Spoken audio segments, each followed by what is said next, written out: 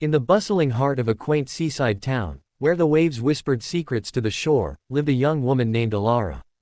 Shy and unassuming, she worked as a waitress at the elegant Harborview restaurant, a place frequented by the elite. Alara had a gentle spirit, her hands often trembling slightly as she balanced trays of delicate china and sparkling crystal glasses.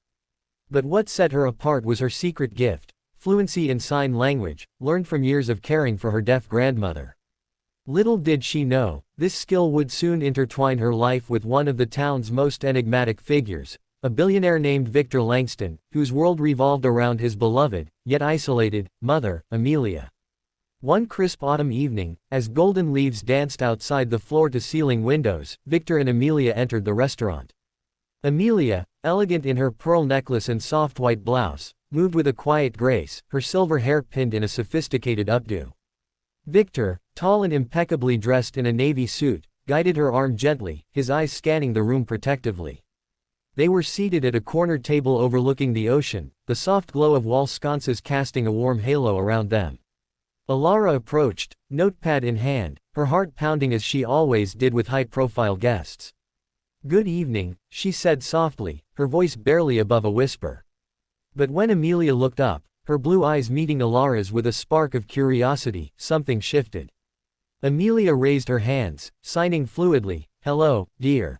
I'd like the salmon, please." Alara froze for a split second, then her face lit up like the dawn. Without hesitation, she signed back, "Of course, ma'am. Would you prefer it grilled or poached?" Victor's jaw dropped, his fork pausing midair from the bread basket. In that moment, the air in the restaurant seemed to hold its breath, as if the universe itself had conspired to bridge two worlds in a single, silent gesture. As the evening unfolded, Alara moved between tables with her usual quiet efficiency, but her thoughts kept drifting back to the Langston table. Victor couldn't tear his eyes away from the interaction, his mind racing. For years, dining out had been a chore for his family, a series of awkward charades where waitstaff scribbled notes or spoke too loudly, leaving Amelia feeling like an outsider in her own life. Victor had built his tech empire on innovation, yet this simple barrier had persisted, a thorn in his otherwise flawless existence. Now, watching Alara converse effortlessly with his mother through signs, laughing silently at Amelia's witty anecdote about a mischievous cat, Victor felt a wave of gratitude wash over him.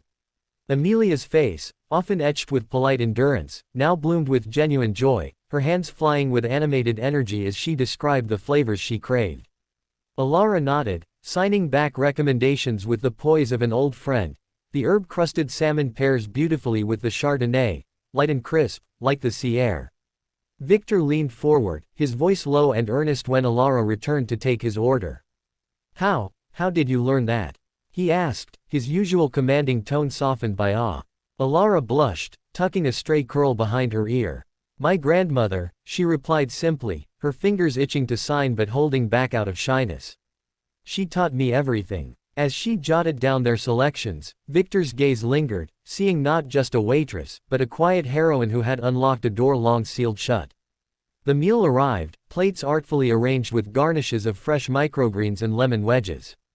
Amelia savored each bite, signing compliments to Alara with every course. "This is divine, you've made my night."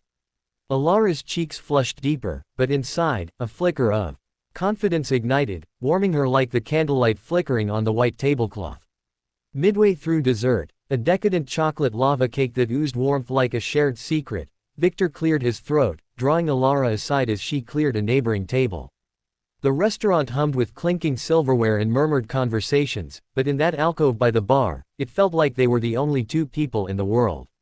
"Miss," he began, realizing he didn't even know her name. "Alara," she supplied, her voice a soft melody against the jazz playing faintly in the background. "Alara Voss." Victor nodded, committing it to memory like a vital business deal. "Alara, what you did tonight, it's more than I can express. My mother hasn't enjoyed a meal out like this in years. She's deaf since birth, and the world isn't always kind to that." His eyes, a deep hazel, held a vulnerability Alara had never seen in the tabloid photos of the stoic tycoon.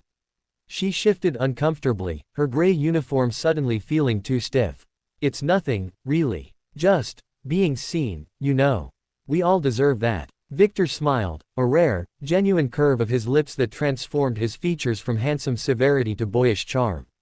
He pulled a sleek black card from his wallet, embossed with gold lettering. "I'd like to thank you properly.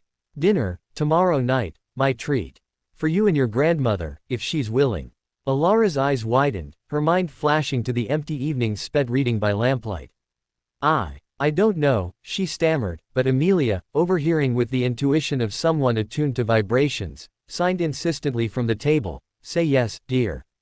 Life's too short for what-ifs." Alara glanced at her, then back at Victor, whose hopeful expression mirrored his mother's. With a deep breath, she nodded. "Okay. Tomorrow." As she walked away, the weight of possibility settled on her shoulders, light as sea foam yet profound as the tide. The next evening arrived with a gentle rain pattering against the windows of Victor's seaside mansion, a sprawling estate of glass and stone that blended seamlessly with the cliffs. Alara arrived in her best dress, a simple navy sheath that hugged her figure modestly, her grandmother, Lila, beside her in a wheelchair, her hands already signing excited questions about the decor. Victor greeted them at the door, sleeves rolled up on his crisp white shirt, a far cry from the suited magnate of the night before. "Welcome," he said warmly, shaking Lila's hand before turning to Alara with a smile that made her pulse quicken. "You look radiant." Dinner was intimate, a long oak table set for four, candles flickering against crystal stemware filled with vintage red wine.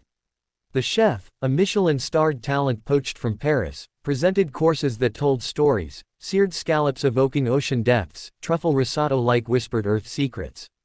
But the true magic unfolded in the silences, where hands danced across the air. Lila and Amelia bonded instantly, signing tales of resilience, Lila sharing how she navigated a hearing world as a single mother, Amelia recounting Victor's childhood antics, like the time he built a sound machine to amplify her laughter.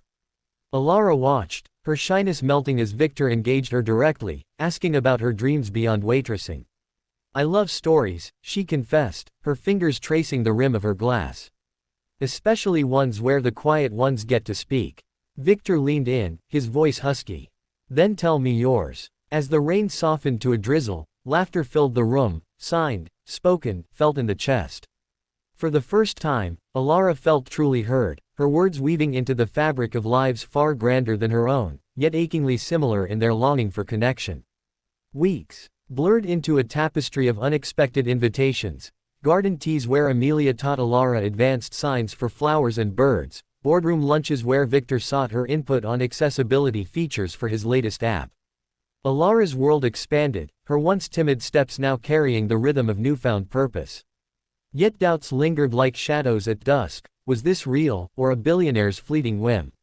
One afternoon, as they strolled the mansion's rose-laden paths, Amelia pulled Alara aside, her gnarled hands firm on the younger woman's. "He's falling for you," she signed, eyes twinkling with maternal wisdom. "But more than that, you've given him hope, for family, for love without barriers." Alara's heart stuttered, memories of past rejections flooding back, boys who saw her shyness as weakness, jobs that overlooked her quiet strength. "I'm just a waitress," she signed back, voice cracking. Amelia shook her head vehemently. "You're a bridge, dear. And bridges hold up worlds." That evening, Victor surprised her with a gift, a custom tablet loaded with a sign language translator app, its interface sleek and intuitive, born from their shared ideas.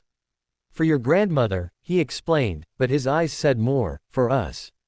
As they dined under starlit skies on the terrace, Victor's hand brushed hers, sending sparks like fireflies. "Alara, you've changed everything," he murmured. "Not just for her, for me."